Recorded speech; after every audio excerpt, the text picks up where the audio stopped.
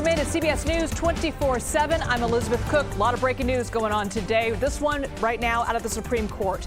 A ruling allowing the Trump administration to strip legal protections from over 300,000 Venezuelans, potentially putting them at risk of deportation.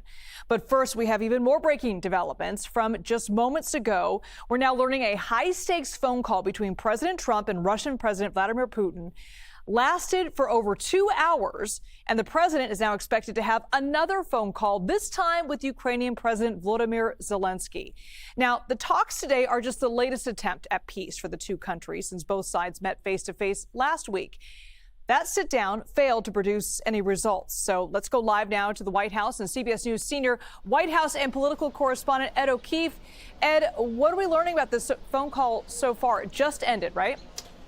Well, at least the Russian portion appears to be over, Elizabeth, and we have to cite a Russian news agency here called TASS, which says that Russia favors, that Putin said that Russia favors a peaceful resolution of the Ukraine crisis. The Associated Press is citing Putin saying that the call with President Trump lasted 2.5 hours. Here at the White House, they have not yet confirmed or verified that to CBS News directly. We're going to be here in a little standby mode for you, I think, over the course of this hour as we get a little more detail. He was scheduled to speak this morning with the Russian leader, then the Ukrainian leader, although the order of that is still also uncertain. Also uncertain if he got the two of them to talk together on the phone. Did he merge the call, as you might be able to do, so to speak? And then we don't know, was there any definitive agreement to meet in person, or are they sending this back to underlings to continue sorting out details, which in essence is maintaining status quo. Russia has always said they're willing to end this if Ukraine meets their conditions. Ukraine has always said they're willing to end this if Russia gets out of Ukraine. And so the stalemate hasn't been broken yet. The president, frustrated and unwilling to fulfill his campaign promise of ending this early in his administration, once again engaging in it directly after telling reporters last week while in the Middle East that the only way to resolve this might be to get him and Vladimir Putin face-to-face to talk it out. So are either party open to that? Does Putin want to meet face-to-face? Does Trump? Trump has certainly signaled over the course of his young presidency that if that's what it takes, he's willing to do it. Putin probably would be fine doing that as well because he wants that legitimacy or that sort of, co-equal nature of an engagement with the American president, one that previous administrations have argued they don't necessarily deserve.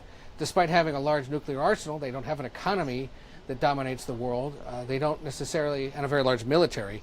But there's no other real reason geopolitically unless Russia is causing conflict, as it is in this case. So we'll wait and hear for more details. And literally, it requires hitting refresh on his Truth Social account and watching for confirmation from White House officials, which has not yet come, meaning they're probably trying to button things up and either do it directly through the president's social media channel or in some more fulsome statement summarizing not just the engagement with the Russians, but also Ukrainian President Volodymyr Zelensky, who just yesterday happened to run into the vice president and the Vatican for the installment mass of Pope Leo. The two of them appeared to have a more cordial exchange this time than that infamous one a few months ago in the Oval Office where they started yelling at each other. Right.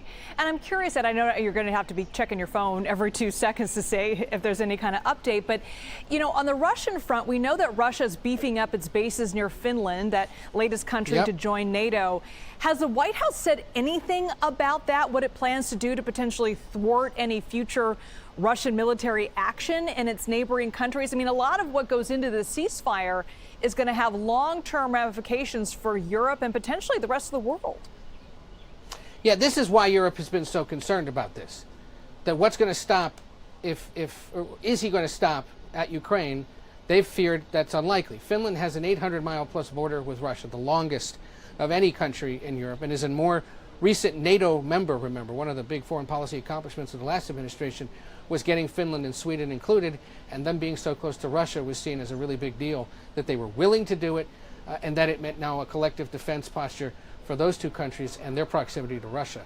So, yes, this is exactly what all European countries have feared, that there would be buildups in other parts of the line between Russia and Western Europe, in essence, that there would be conventional military buildup, plus all the other things that Russia can do in the cyberspace, economically and whatnot, which is why you've seen them gathered again in recent days with Zelensky, with each other in different meetings, trying to get all these countries to impose stiffer sanctions, get the United States on board, and make sure that President Trump stays on their side of this, at least publicly, and continues to support Zelensky as he has over the last 2 weeks or so, at least, as we've seen a sort of change in tone. And we can't forget that China is going to be watching what ends up from this ceasefire, this agreement as well, in terms of what they may or may not do for Taiwan. Has that been a part of the conversation at all during some of these press briefings? During press briefings, sure. Unclear if it was part of the conversation today between the leaders. I can read you a little more here that we've just gotten. Apparently, Putin came out and spoke with reporters after finishing his conversation with President Trump, and he just said it had lasted more than 2 hours, that he called it frank and meaningful, and he thanked Trump for his support for the resumption of direct negotiations between Moscow and Kyiv. Well, some would say that was supposed to happen last week, not this week after this call, but it shows you how Putin is trying to pull Trump into these conversations. Trump, according to Putin, expressed his position on the ceasefire in the conversation and noted that Russia is in favor of a peaceful resolution of the crisis in Ukraine. They're apparently working on some memorandums of understanding between Russia and Ukraine that may include issues of ceasefire and principles of settlement. That means there's still paperwork to do. That means we're probably weeks away from a resolution. No definitive end to it today, and so far at least, no sign that there are plans for the two leaders to meet. Okay. All right, Ed O'Keefe, I know you're going to be checking your phone for the next day. Thank you so much for that update. Always great to talk to you. Well, messages of support are pouring in for former President Joe Biden after he was diagnosed with a very aggressive form of cancer. The 82-year-old has prostate cancer that has spread to his bones. His family says they are weighing the different treatment options. Biden's diagnosis was announced on Sunday, and President Trump wished him a fast and successful recovery. His former Vice President Kamala Harris called Biden a, quote, fighter, and former President Obama praised Biden's efforts in fighting cancer in all its forms. And we also heard today from Biden himself in a Twitter post. He said, quote, cancer touches us all, and thanked everyone for lifting him and the First Lady up with love and support. Let's bring in CBS News White House reporter Aaron Navarro, who's in Wilmington, Delaware, where the former president has lived for more than 7 decades. Aaron, what's been the reaction there? Good to be with you. The reactions so far from local officials here have been primarily support, as you mentioned. Of course, Democratic officials here, such as Senator Chris Coons, a longtime supporter of President Biden, especially when he was receiving a lot of heat for staying in the race as long as he did in 2024. He called the former president, quote, a fighter, and said, quote, now we need to support and encourage him. The mayor here in Wilmington, John Carney, also said that he and his family are praying for Biden. CBS News has learned from a source familiar that President Biden is staying at his home as of now in Wilmington, though we still don't know yet about his family's decision on treatment or where that will take place. And Aaron, we've seen an outpouring of support from both sides of the aisle, but also a comment from the vice president today. What did he have to say? Yeah, that's right. The Vice President J.D. Vance said, he's thinking and sending prayers to former President Biden, but also made note, and this has been in the conversation a lot when it comes to President Biden lately, on questions about his mental acuity and his health. Take a listen to what Vice President Vance told reporters today. We wish the best for the former president's health. And, it sounds pretty serious, but hopefully he makes the right recovery. Look, I will say, whether the right time to have this conversation is now or at some point in the future, we really do need to be honest about whether the former president was capable of doing the job. And that's no, that you can separate the desire for him to have the right health outcome with the recognition that whether it was doctors or whether there were staffers around the former president, I don't think he was able to do a good job for the American people. And that's not politics. That's not because I disagreed with him on policy. That's because I don't think that he was in good enough health. In some ways, I blame him less than I blame the people around him. And why do the American people have a better sense of his health picture? Now, more so in the conservative wing of politics, you've heard officials kind of question the timing of this statement that came out yesterday, noting that Robert Hur special counsel reports that kind of showed President Biden's age, at least on audio, had just come out recently as well. And also in the backdrop is a new book completely focused on the alleged cover-up from the president's team in regards to shielding the public on his health. Of course, the focus in the immediate concern remains on his cancer diagnosis. And Aaron, we know the former president has a painful past with cancer in his family. He lost his son, Beau, to brain cancer in 2015. And that, of course, inspired the launch of an initiative for better research and treatment for all types of cancer. Can you tell us more about that? Yeah, that's right. Cancer Moonshot, as it's called, named after the space race started under John F. Kennedy, was something that President Biden did when he was vice president. He went to universities talking about the importance of federal funding for cancer research. Once he was in the White House as president, it's something he relaunched. And I listened back to his speech in 2022, and he made sure to mention that that Cancer Moonshot initiative was one of the main reasons that he ran for the White House in 2020. This initiative sought to cure cancer through research and development on vaccines using the mRNA that was used for treatment for COVID. Talked about federal funding for research, more publishing of research so far so that more can work with what information is already out there. It's definitely been a big focus professionally as well as personally for former President Biden. Aaron Navarro, live for us in Wilmington, Delaware, the home of former President Joe Biden. Aaron, thank you so much. Well, coming up, we're going to take you to Palm Springs at the site of the bombing at that fertility clinic there. It's now being called an act of terrorism. Police and the FBI say the suspect was, quote, anti-pro-life. You're watching CBS News 24/7.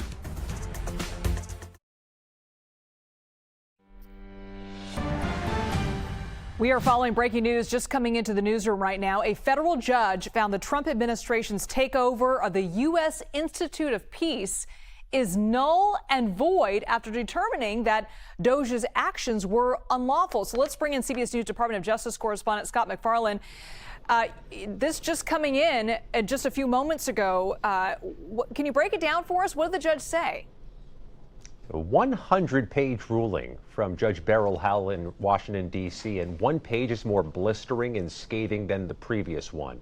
She says that this whole takeover of the U.S. Institute of Peace, the firing of board members, the takeover of the building space is null and void. She calls it an overreach, a usurpation of federal authorities, and a misuse of power by the Trump administration. This is an institute that helps exert soft power across the world using means to diplomatically or through other means secure peace, to end war, to end strife. But this is also something the Trump administration has had on its Department of Government Efficiency hit list to downsize or reduce to save money. As of now, Judge Beryl Howell says the plans are off and the reorganization is no more. So, Scott, the outcome of this particular ruling, I mean, this isn't the only department that Doge has, frankly, come in and just cleaned house and cut so much of the program. Is this going to have an impact on other potential cases involving Doge and its cuts? Oh, it sure could. You could see these other institutions, these other organizations and agencies making the same argument that Congress shares or has more jurisdiction over the agency than the president or the administration do, and therefore this Doge effort to cut costs or cut agencies is unlawful. And as I'm reading from the opinion here, this lengthy opinion from Judge Howell, she uses the word unlawful a couple dozen times. And in perhaps the most telling excerpt of this ruling, she says this not only represents a misuse of power and a way of conducting government affairs, but was unnecessarily traumatizing to the committed leadership and employees of the Institute of Peace, who she says deserve better. Kind of underscoring the overall issue here, which this is not just about agencies, but about the federal workers impacted by the downsizing. Scott McFarland, thank you so much for that breaking news. Meanwhile, people are picking up the pieces from that devastating storms, multiple storms that brought tornadoes and thunderstorms to multiple states. Since Friday, at least 28 people have been killed after an outbreak of tornadoes. 7 of those deaths happening in Missouri. But Kentucky was actually the hardest hit as a devastating tornado damaged hundreds of homes on Friday. At least 19 people were killed, 10 seriously injured. Most of them were in southeast Kentucky. That's about 75 miles away from Lexington, Kentucky. The damage was so bad in the town of London, you can see right through people's homes. But in many cases, no walls were left standing. Residents have been scrambling to comb through the debris and pick up their valuables before more severe weather returns. One man describing hiding in the closet with his brother's dogs as the storm roared through. Got the dogs out of the garage, put them in my brother's room and in the closet. And about the time I got them in, I felt the house start to shake and closed the door. Someone's front door flew through the panel in front of the house. I'd never really felt that kind of power from, just nature. And so I was in there, I was just kind of thinking, it's either going to take me or, it's all going to be all right. CBS News correspondent Nicole Valdez has the very latest on the ground in Kentucky for us. It is horrifying to look at what's left of some of these eastern Kentucky homes. Every wall that once surrounded them now sitting on the ground, the sign of a powerful EF3 tornado that ripped through even brick homes like this. Now you see people here using heavy machinery, trying to pick up the pieces of their lives. That's just the beginning of the cleanup process that starts today, really. What we are expecting to see, according to Laurel County officials, is FEMA coming in to assist and start the damage assessments they have to do to help the victims of this destructive storm here. Meanwhile, we know, of course, so many lost their lives in this state, and there are still several in the hospital, 10 at least, still recovering, but 3 of them remain in critical condition. Back to you. And I want to bring in meteorologist Jessica Birch, and just that area was hit so hard, and they're bracing for yet another huge storm. Exactly. More severe weather's on the way for states like Kentucky, Tennessee. I mean, widespread throughout the Midwest. We're seeing heavy amounts of rain expected into the next couple of days, hail, more tornado activity too. So that's what I want to dive into right now, showing you just the next 48 hours. As we head into the afternoon hours today, we're already starting to see some of these storms strengthen over areas like the Dakotas, Nebraska, and then within the next 48, that's when it becomes a lot more widespread across the state of Missouri, pushing over Kentucky and Tennessee before it makes its way off along that east coast. This one is going to pack a punch for a lot of reasons. A risk of flooding widespread throughout these communities as expected, and on top of that, that tornado risk is anywhere from Texas all the way, it's stretched anywhere from Texas all the way up into states like Kansas and over into Missouri too. Within the past 5 days alone, there's already been over 100 tornado reports, and we're gearing up for more within the next 48 hours. To add to that, I mean, large hail reports were close to 1,000 already, and we're expecting large hail and wind damage throughout this afternoon and heading into our Tuesday and Wednesday forecast. Some of the biggest hit areas where we could at least see some tornado threat, it's Oklahoma, Arkansas, Missouri, all the way over into Tennessee too. So you take a look at the timeline of this, watch this strengthen into the afternoon hours, pushing across the border of Oklahoma over into Arkansas. Eventually, it makes its way up into Chicago into our Tuesday forecast, bringing in soggy, wet conditions there, a chance for localized flooding in some of those smaller communities. And then we're gearing up for some stronger storm cells to sweep across Tennessee, all the way up into Kentucky, and then eventually over into the Carolinas as we head into our Wednesday forecast. So this is a multi-day storm that's going to continue to track off into the east. Right now, the center of that risk is mostly over Arkansas and Oklahoma. You take a look at the communities in those areas, some of the larger cities like Tulsa could see tornado activity, winds, and large hail is still expected, stretched all the way down from Texas up into states like Illinois and Indiana. So this is a very widespread event that we're gearing up for, and it's in the exact same states that already dealt with so much damage so far. We're going to continue to keep a close eye on them right now. This year has just been horrific for this part of the country in terms of weather. It's just nonstop. Every week there's a new storm system, it seems like. You're right. Yeah, it's been very severe. All right, Jess, thanks so much. Of course. Well, on Capitol Hill, President Trump's budget bill is one step closer to clearing the House. The bill advanced from the House Budget Committee after a weekend of negotiations. This comes after several conservatives blocked the bill on Friday, saying the spending cuts didn't go far enough. The 4 holdouts voted present in last night's second round of voting, allowing the bill to advance. Now, the bill includes extending President Trump's 2017 tax cuts, eliminating taxes on tips and overtime pay, and increasing spending on defense and immigration enforcement. Proposed cuts include cuts to Medicaid, food stamps, and clean energy subsidies. White House press secretary doubled down on the president's vision during this morning's press briefing. Take a listen to that. The president wants to preserve and protect Medicaid for Americans who this program was intended for, the most vulnerable in our society, pregnant women, low-income families, seniors, those who truly need these benefits. And it should be going to people who physically cannot work. We want to see able-bodied Americans at least working 20 hours per week, whether that's part-time or full-time, whether that's even looking for work or volunteering for 20 hours a week if they are receiving Medicaid. These are common sense provisions. Okay, let's bring in CBS News congressional reporter Torian Small live for us on Capitol Hill. Torian, we talked about this last week. Conservatives first blocked the bill. What changed over the weekend?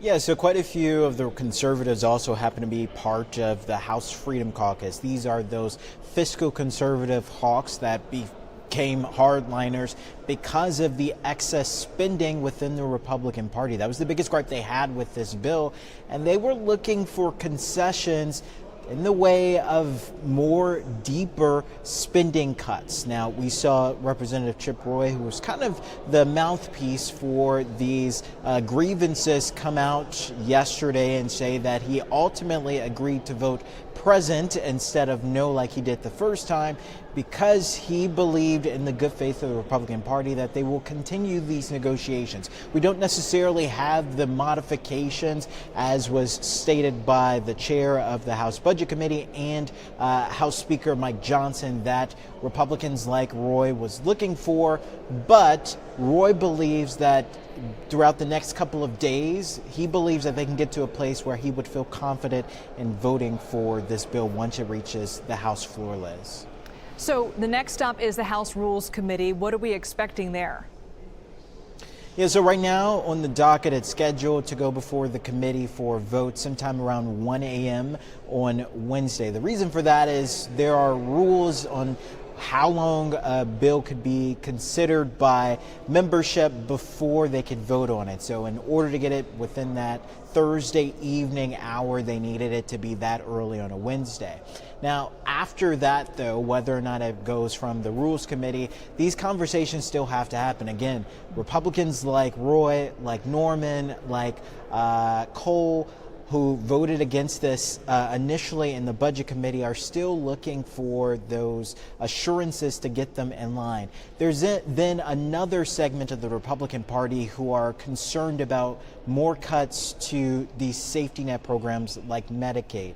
Representative Derek Van Orden from Wisconsin, for example, was really concerned about that, submitted a point of order 2 weeks ago to cause pause to the Republican Party when it comes to this bill moving forward. We'll have to check back in and see where he stands on this, but there are other Republicans who have faced quite a bit of blowback from their constituents about any changes to these safety net programs.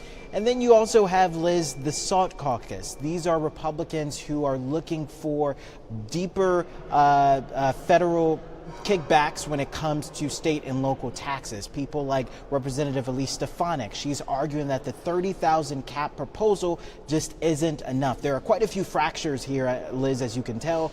And ultimately, though, in order for this to pass out of the chamber Thursday, they have to see eye to eye on what changes can be made in a very limited amount of time, I should add. Yeah, I mean, the goal was to get this thing done before the Memorial Day holiday. So, yeah, it's kind of a race against the clock. And they're going to need every single Republican vote for this thing to pass. Is that likely to happen before they all leave for the holiday?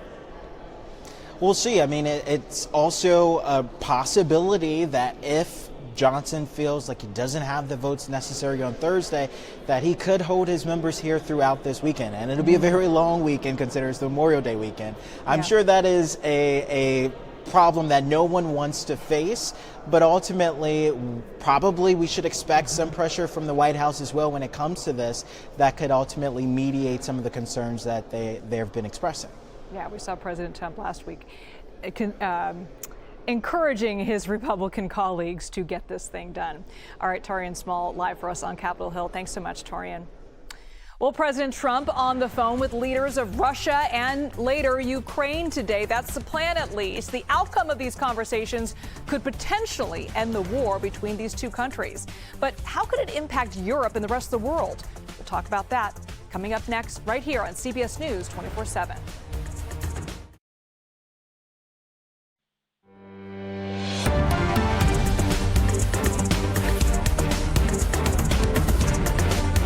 Welcome back to CBS News 24/7. Breaking at this hour, a high-stakes phone call between President Trump and Russian President Vladimir Putin lasting for over 2 hours. And during that discussion, Moscow reportedly said that they are ready to work toward ending the fighting in Ukraine. Now, the president is now expected to hold another call, this time with Ukrainian President Volodymyr Zelensky. So joining us now is the director of the Moynihan Institute of Global Affairs at Syracuse University in New York, Brian Taylor. I also want to welcome in Michael Borsecue, a senior fellow at the Atlantic Council's Eurasia Center. Thank you so much, both of you, for joining us today. We're going to kind of flip-flop the questions here. I want to start with you, Michael. Reports coming out saying President Trump and Putin talked for over 2 hours. Do you think that's a good sign?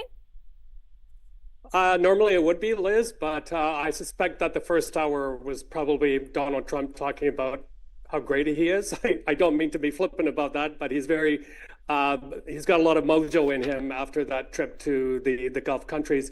But I think what we've seen so far from President Putin's statement about the call, I was reading the Ukrainian and Russian translations of it. Putin sounds very encouraged, but the key line, Liz, was at the end when he repeated his oft-repeated statement is that we have to eliminate the root causes of the conflict. So translation, what that means, Putin wants Zelensky removed because he thinks he's illegitimate. He wants to drag things out as long as possible. And he wants to extract as much as possible from Ukraine in order to make it a satellite state of Russia. So that would mean, very quickly, international recognition of the 4 oblasts that Russia partially owns, recognition of Crimea as Russian territory. Also, Ukraine stepping away from NATO, limiting its military capability. And here's a big one. Also, that Ukraine has to step away from demanding reparations from Russia for the war. That bill could go into $1 trillion. So I think the White House will try to spin this as a positive development, but doesn't look like it so far. Brian, what do you make of this meeting? I mean, none of this information is necessarily new in terms of what Putin wants out of this deal. He says he's ready to make peace, but certainly the actions that Russia has shown over the past week or so indicate that he's not ready for peace. I don't think this phone call changed anything. I looked at what President Putin said after the phone call, and the two key things I took away is he did not agree to a ceasefire now, which the United States has been asking for and which Ukraine has agreed to. And he emphasized again that he sees peace as only possible when getting at what he likes to call the, quote, root causes of the conflict. And we know that for him, the root cause of the conflict is that Ukraine wants to be sovereign and align its future with the West, and Putin wants a Ukraine that's under some form of direct or indirect control. So I don't see any movement coming out of this conversation based on what Putin said, at least. Yeah, and I want to I'm going to start with you, Michael, again, talking about Crimea, because that has always been something that Putin has been adamant that he wants to retain control of. But if that happens, that's going to have long-term ramifications for the rest of Europe. And as he's saying that, he's beefing up military presence at the border with Finland there. I mean, clearly, Putin has greater aspirations other than Ukraine. Yeah, if the U.S. recognized Crimea as Russian, I would imagine what type of message that sends out to other autocrats in the world, including Xi Jinping, who has aspirations to take over Taiwan. But yeah, what Russia is doing is a mix of a hybrid war, a mix of threatening neighboring states, and also it is trying to gain as much territory as possible while it can on the front line with Ukraine. The key city of Kramatorsk is a threat, and also making as much destruction as possible over Ukraine. And we saw one of the biggest drone attacks over the past 48 hours. So no signs. And, also within Europe, Russia is busy waging a hybrid war. These are tactics such as, arson attacks, neutralizing opponents that just fall below the threshold of war. So a lot of trouble in the neighborhood from this one individual man, and it certainly makes a lot of European leaders nervous. Yeah, and Brian, I want to ask you, what do you make of Putin increasing a military presence along that border with Finland? They're not quite ready yet for a full-on invasion, but they're years away. I don't see the reports on movement of Russian troops and preparing installations near the Finnish border as particularly alarming, honestly. Finland recently joined NATO, and obviously that represents an issue for Russian security. But we know that earlier on in the war, Russia transferred most of its troops in the northwest part of the country, the ones that would be facing Finland, to the front in Ukraine. I don't think Vladimir Putin has any expectation of starting a war against Finland, which would mean a war against NATO and potentially the United States, while he's still bogged down in Ukraine. I think it's worth emphasizing that Russia is not really moving very quickly. Their pace on the battlefield has slowed down recently. That may change moving into summer, but at the rate they're moving, it would take them well over 100 years to conquer Ukraine. So obviously, it's a difficult situation at the front, but we shouldn't expect a larger attack on all of NATO at this point. I would not expect from Putin. He's got his hands full in Ukraine. So later on today, President Trump is expected to have another phone call, maybe already going on right now, with President Vladimir Zelensky. So from their perspective, what are they hoping to gain from this? Michael, I'm going to start with you. My understanding is that President Trump already spoke with Mr. Zelensky previously before talking to Mr. Putin. That, if so, but it's been confirmed by Ukrainian media, that's very interesting, because I think that was probably payback by Mr. Trump for the call he had with Mr. Putin in March, where Putin made him wait for over an hour to speak. So it's a good sign that they spoke to Ukraine, but I don't know, other than promising to continue U.S. military support and intelligence sharing, which is very, very important to Ukraine. I don't know what else the U.S. could do right now to put leverage over Putin. If I may, one quick thing is there's something like $300 billion frozen by the G7 countries of Russian sovereign assets. Now that we know Russia does not want to pay reparations to Ukraine for this war, I think EU leaders and the US and Canada should move quickly to put that money in a Ukraine compensation fund and start that process. That would really hurt Russia badly, as well as these sanctions that are currently in place that could be further ramped up. And Brian, similar question. Realistically, what do you think Ukraine gets out of this deal, potential deal? Well, I think we're really quite far from a deal. I think President Zelensky's task at the moment is to convince President Trump that Ukraine wants the ceasefire that the United States has been pushing, that Ukraine is committed to peace, and that Russia is the obstacle. With Russia being the obstacle, the United States needs to put more pressure on Russia, which includes military equipment and includes possible sanctions. I think that will be the Ukrainian message for President Trump today. And one more question, because we alluded to it earlier, the fact that China is watching these negotiations very carefully. Michael, I'm going to go back to you. Remind our viewers what's at stake for China, and given their strong presence there in Ukraine. Yeah, huge. Before the war, actually, Mr. Zelensky called China the greatest economic partner it ever had. And China, of course, is also looking at rare earth minerals, the same thing the U.S. is looking at in Ukraine. We noted the overwhelming presence of Mr. Xi Jinping at the Victory Day celebrations in Moscow. He was the VVIP guest. And I think that, speaking of mojo, I think that's given Mr. Putin a lot of mojo. He presents himself as the best friend of the leader of the world's second biggest economy. So China, however, is the senior partner in that bilateral relationship. I still do believe that if Mr. Xi Jinping wanted this war to end, he could make it happen very, very quickly. Finally, we also have the role of Turkey, which is growing as a mediator. They can do a very good job, I think, in bringing the two sides closer together, and they should be encouraged to do so by the U.S. Brian, I want to get your thoughts on what China is thinking right now as they watch these negotiations take place. Well, China is obviously one of the key backers of Russia, and they provide a lot of dual-use technologies for Russia that they use in its military, and they also provide an important outlet for Russian oil sales. I think from China's point of view, it's okay that the war goes on. What they really want to avoid is a Russian defeat. And that is what they will hope to avoid. I think they also would be fine if there was some kind of ceasefire for the moment. But ultimately, Russia remains an important client of China. And China will be looking to see if the U.S. is willing to stand up for the principles that borders can't be violated by force, or whether those states that do engage in military activity against their neighbors can get away with it, which is what Vladimir Putin is trying to do in Ukraine.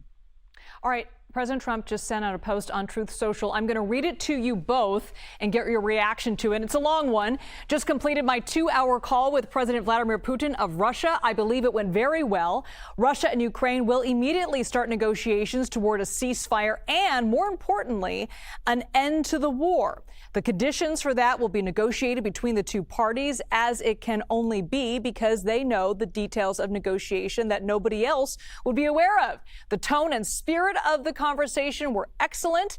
If it wasn't, I would say so now rather than later. Russia wants to do large-scale trade with the United States when this catastrophic bloodbath is over, and I agree. There is a tremendous opportunity for Russia to create massive amounts of jobs and wealth. Its potential is unlimited. Likewise, Ukraine can get a great beneficiary of trade in the process of rebuilding its country. Negotiations between Russia and Ukraine will begin immediately. Okay, he goes on to say a little bit more, but I want to get your thoughts so far on this talk. Okay, hold on for 1 second. Stand by. We're going to go to Ed O'Keefe, who's live at the White House, to get his reaction to what we just saw on Truth Social. Ed, you just saw that tweet, or excuse me, that post on Truth Social from the president. I want to get your take. The last sentence there is interesting. He says that the Pope has expressed an interest and a willingness to serve as the venue for talks between Ukraine and Russia. There had been some suggestions of this since Pope Leo was chosen, that he might take an active role, or that the Vatican would step up to offer its facilities, its diplomatic power. It is a bit of a diplomatic force around the world, and of course Pope Leo's pushing for peace there and in other parts of the world. But he's the president there, confirming now that the Pope has expressed directly a willingness to host those talks, should it make sense to do so. And we know Pope Francis and President Biden previously were quite concerned about this situation as well, perhaps more so than the situation in Gaza Pope Francis was. Leo now signaling he wants to play a role of some kind, at least as a venue for these talks, which is essentially a neutral location. He confirms there, though, the length of this call, about 2 hours or so. Putin had said that already in the last hour. But there's no firm resolution, no plan for the leaders to meet. Instead, Russia and Ukraine are going to continue talking, and it appears the president and European leaders are encouraging those two parties to continue doing so. In other words, saying, you don't get to meet with me until you sort out details with the Ukrainians. But whether or not the Russians get serious about this, whether or not they're really going to discuss a ceasefire, if the terms are so far apart, get out of Ukraine, keep the territory, we'll see. So was President Trump alluding to essentially the ball is in Ukraine and Russia's court, that he's done what he can do, now they have to essentially figure it out? Is that what he's saying? Yeah, I think ultimately the rest of the world realizes that this has got to be a deal cut between those two countries. And what he's signaling there is that he's not going to be the one to negotiate the terms of surrender or ceasefire for either of these two parties. That's in line with what Europe wants. That's consistent with how the Biden administration handled things. They used to say nothing about Ukraine without Ukraine. But the phone call, at least today, could be seen as a jump start or a restart of those talks between the two countries, and the president saying, look, you sort this out, we'll cut some economic deals with you like we're cutting them around the rest of the world. But you got to sort this out first. And if the Pope offers you a place to meet and to stay, you should take him up on that. Probably not Putin and Zelensky directly, at least at first, but very likely the two parties and their underlings negotiating details before the leaders ever meet.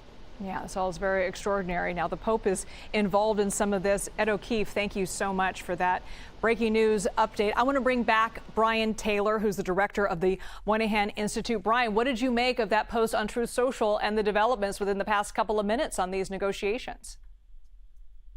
I don't think it shows much change. I'm not surprised to learn that President Trump thought it was, quote unquote, a great phone call. But honestly, things have not moved that far. We know that in the negotiations last week between the Russians and Ukrainians in Istanbul, that Russia came in with a very hard line. And I think that continues to be their line when they talk about solving the root causes of the conflict. I think the fact that they're talking might lead to some things like the prisoner exchange that was announced recently. But overall, from the Ukrainian point of view, I would note that a week ago, Europe and the United States were putting immediate heavy sanctions on Russia if they did not agree to a ceasefire. And here we are a week later, Russia has not agreed to that ceasefire. There's still no talk about further sanctions. And President Putin, in fact, President Trump is talking about the opposite, about the future of economic deals between Russia and the United States. So it doesn't seem to be that there are any sticks being imposed on Russia for opposing a ceasefire at this point. And I'm curious what you thought of his mentioning of Pope Leo in that Truth Social post and the role and the influence he may have over peace negotiations. Pope Leo has shown a genuine interest in trying to stop this war even before he was Pope. And he's sending increasingly positive signals that he would be willing to host such a meeting. I'm not sure the venue ultimately, though, is the issue. I think the real issue is that Putin wants Russia to have what he would consider a quote unquote friendly Ukraine, which means one in the Russian orbit in some fashion. And Ukraine wants to define its own sovereign path, which involves eventually joining the EU and NATO and getting its territory back. So given those two positions, I would say we're not really any closer to a deal than we were before this flurry of activity. And the question remains, what will the U.S. do? Will it, as J.D. Vance said yesterday, walk away from this war? Because if the U.S. walks away from the war, that's actually good news for President Putin. If the U.S. stops supporting Ukraine, that will give him, he thinks, a freer hand to continue the war against Ukraine. In that post, he also brought up trade. I mean, how big a role is that playing in all of this? I think it's a big issue in President Trump's mind, but I would note that Russia is not a major trade partner of the United States. It's, I think, below 50 in the rank of countries that we trade with. And I don't see the prospects for major trade deals, but I think that's something that Russia and Putin have been trying to interest the Trump administration in, to talk about a great economic future the two sides could have if we could just move beyond this war. I don't really see the basis for a major reorientation of the U.S.-Russia trade deal, though.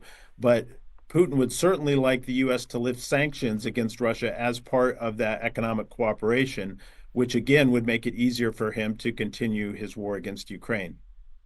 Brian Taylor, thank you so much and for sticking around to talk this out as this breaking news is unfolding during this show. You're watching CBS News 24/7, and we'll be right back.